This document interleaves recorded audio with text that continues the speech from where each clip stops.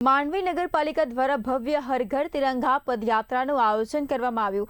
આશાપુરા માતાના મંદિરથી સવારે 10 વાગ્યે શરૂ થયેલી પદયાત્રાને પાલિકા પ્રમુખ અમીષા રાઠોડે લીલી ઝંડી આપી પ્રસ્થાન કરાવ્યું છે। પદયાત્રામાં વિવિધ શાળાના વિદ્યાર્થીઓ, પોલીસ કર્મીઓ, ફોરેસ્ટ વિભાગના કર્મચારીઓ, સરકારી અધિકારીઓ અને કર્મચારીઓ, પાલિકાના સભ્યો તેમજ મોટી સંખ્યામાં નગરજનો જોડાયા હતા। આશાપુરા મંદિરથી શરૂ થયેલી યાત્રા મુખ્ય બજારમાંથી પસાર થઈ વલ્લભ વડ ખાતે પહોંચી હતી, જ્યાં વલ્લભભાઈ પટેલની પ્રતિમાને પુષ્પાંજલિ અર્પણ કરવામાં આવી હતી અને ત્યારબાદ સુપડી વિસ્તારમાં પદયાત્રાનું સમાપન થયું હતું।